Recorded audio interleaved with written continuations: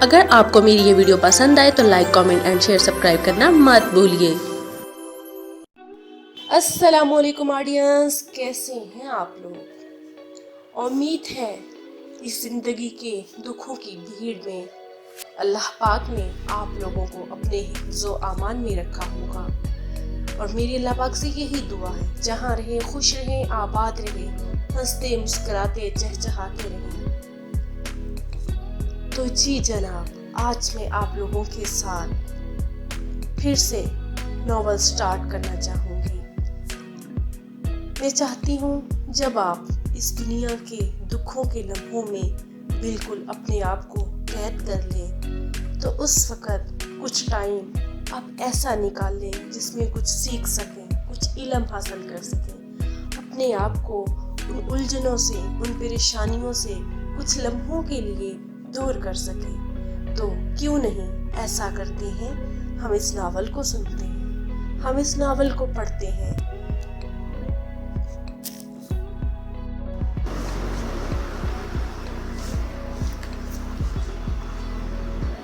Students کی طرف سے عجیب و غریب جوابات آنے لگے۔ پیسہ، بنگلہ، گاڑی، کامیاب ڈاکٹر، انجینئر، بزنس مین وغیرہ وغیرہ۔ آپ بتائیے، سر بشارت نے اچانک ابھی سے کہا تو وہ ہڑبڑا گئی۔ اس نے کہا، جی آپ۔ سر بشارت سمجھ گئے وہ کلاس میں ہوتے ہوئے بھی ذہنی طور پر وہاں نہیں ہے۔ سوال کیا۔ پھر سے سوال کیا تھا سر؟ اس نے مجبوراً پوچھا کیونکہ اتنا تو سنا ہی نہیں تھا وہ کیا پوچھ رہے تھے۔ اس نے کہا تو ساری کلاس ہنسنے لگی، اس سے غصہ آ گیا۔ میں نے پوچھا کہ آپ کی نظر میں کامیابی کیا ہے؟ انہوں نے اپنا سوال دہرایا۔ آپ بھی سوچ میں پڑ گئی۔ سر، میں نے ابھی تک زندگی میں کوئی کامیابی حاصل نہیں کی، اس لیے مجھے نہیں معلوم کہ کامیابی کیا ہے۔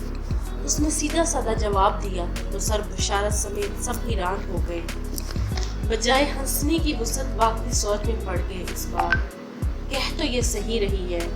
ایک اسٹوڈنٹ کی آواز آئی۔ بھابھی کو تھوڑا حوصلہ ہوا۔ بیٹھ جائیں آپ، سر بشارت نے کہا۔ میں آپ کو بتاتا ہوں کامیابی کیا ہے۔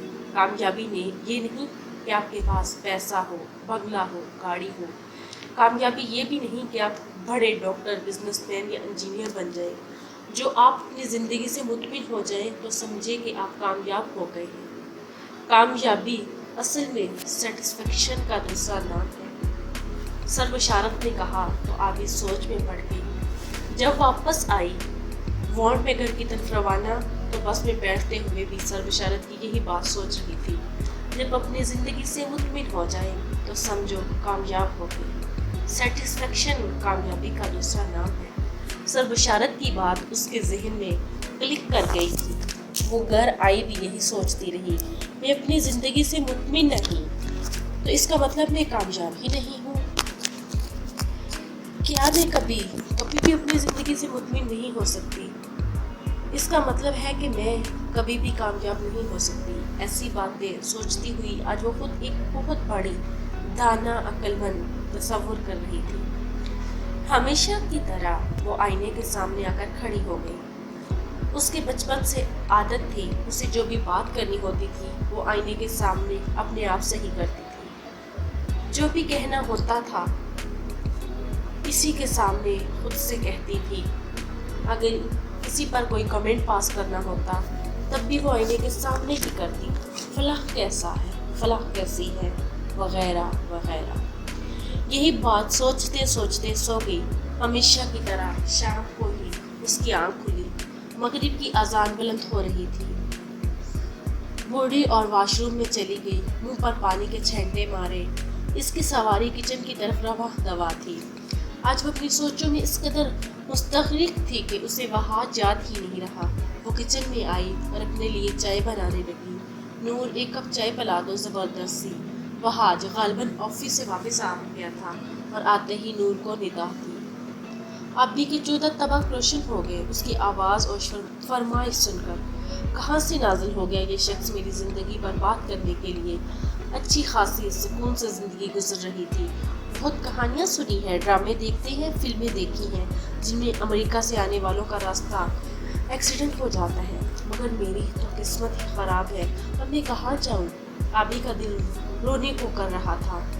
نور غالباً مغرب کی نماز ادا کرنے کے لیے گئی ہوئی تھی۔ نور کے سجدے طویل ہوتے تھے۔ آبی کو لگتا تھا کہ وہ اپنی پینٹنگ رخصتی کے لیے اتنی لمبی لمبی دعائیں کرتی ہے۔ وہاج کو کوئی جواب نہیں آیا اور نہ ہی تو چائے نظر آئی۔ وہ کچن تک آیا۔ آبی کی اب غش کھانے کی دیر تھی۔ اسے دیکھ کر پتہ نہیں کیوں اس کے ہاتھ پاؤں کانپنے لگتے تھے، خاص کر تب جب آس پاس کوئی نہ ہو۔ حمیدہ بیگم پرزمن شاید ریان کے ساتھ مارکیٹ گئی ہوئی تھی۔ وہ جو تیزی سے کچن کی طرف آیا، اسے دیکھ کر ایک پل کو ٹھہر گیا۔ اسے سمجھ نہیں آئی کہ کیا کرے، کھڑا رہے یا واپس پلٹ جائے۔ وہ نور نہیں ہے۔ وہاج نے گردن کو بائیں ہاتھ سے خم دیتے ہوئے پوچھا۔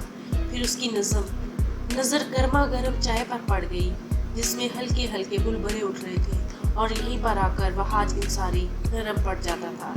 چائے چائے اور بس چائے۔ جانے کو تو پلٹ جاتا واپس، لیکن چائے نے اس کے قدم وہیں پر گاڑ دیے تھے، جیسے آبی نماز پڑھنے گئی ہے شاید۔ آبش نے اپنی دھڑکنوں پر قابو پاتے ہوئے کہا، ایک کپ چائے مل سکتی ہے؟ وہاج نے چائے کی طرف دیکھتے ہوئے کہا، جی۔ آبی کو اب باقاعدہ اپنے ہاتھ اور پاؤں کی وائبریشن محسوس ہو رہی تھی۔ وہاج، میں نے نوٹ کیا کہ اس کے ہاتھ پاؤں کانپ رہے ہیں، مطلب میڈم مجھ سے ڈرتی ہے۔ یہ تو بہت اچھی بات ہے، اس طرح اسے بھگانے میں زیادہ آسانی ہوگی۔ وہ کہتے ہیں نا، جلے کو اور جلاؤ، میں کہتا ہوں ڈرے کو اور ڈراؤ۔ وہاں سوچ رہا تھا۔ آبی نے چائے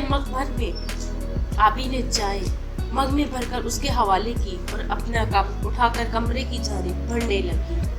کچن سے کمرے تک کا راستہ اسے پلسرات کی مانند لگ رہا تھا، جیسے عبور کرنا بہت مشکل تھا۔ کمرے میں آ کر اس نے دروازہ بند کیا اور سکھ کا سانس لیا۔ مجھے کیا ہو جاتا ہے؟ اس شخص کے سامنے کتنی دہشت ہے اس کی، پورا کا پورا دہشت گرد ہے یہ شخص۔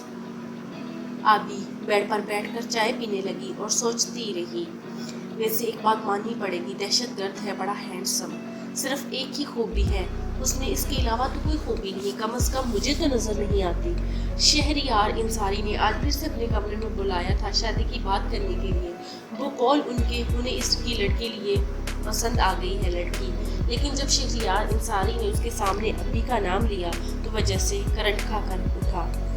نو نو نو نو ڈیڈ، نو نیور، وہاج کہتا ہوں، ایک دم سے کھڑا ہوا اور دروازے کی جانب بڑھا۔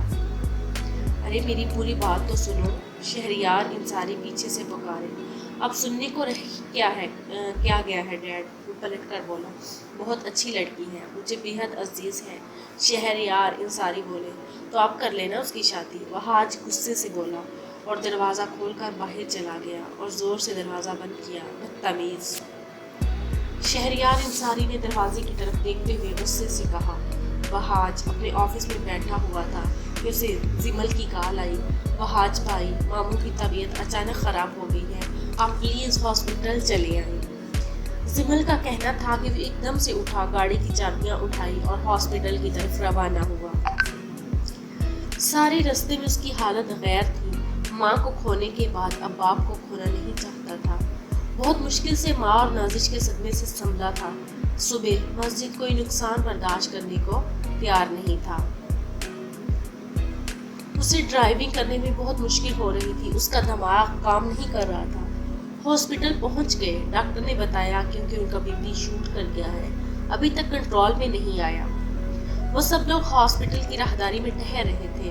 وہاج کو اپنی آنکھوں کے سامنے اندھیرا محسوس ہو رہا تھا۔ کافی دیر بعد شہریار انصاری کی حالت سنبھلی تو اس کی جان میں جان آئی۔ وہ ان سے ملنے گیا۔ وہاج، شادی کے لیے مان جاؤ، میں مر جاؤں گا، میں تمہیں ایسے نہیں دیکھ سکتا، انہوں نے کہا۔ ڈیڈ کہا ہے کر لوں گا، وعدہ کیا ہے، پہلے لڑکی تو ملے، وہ بولا۔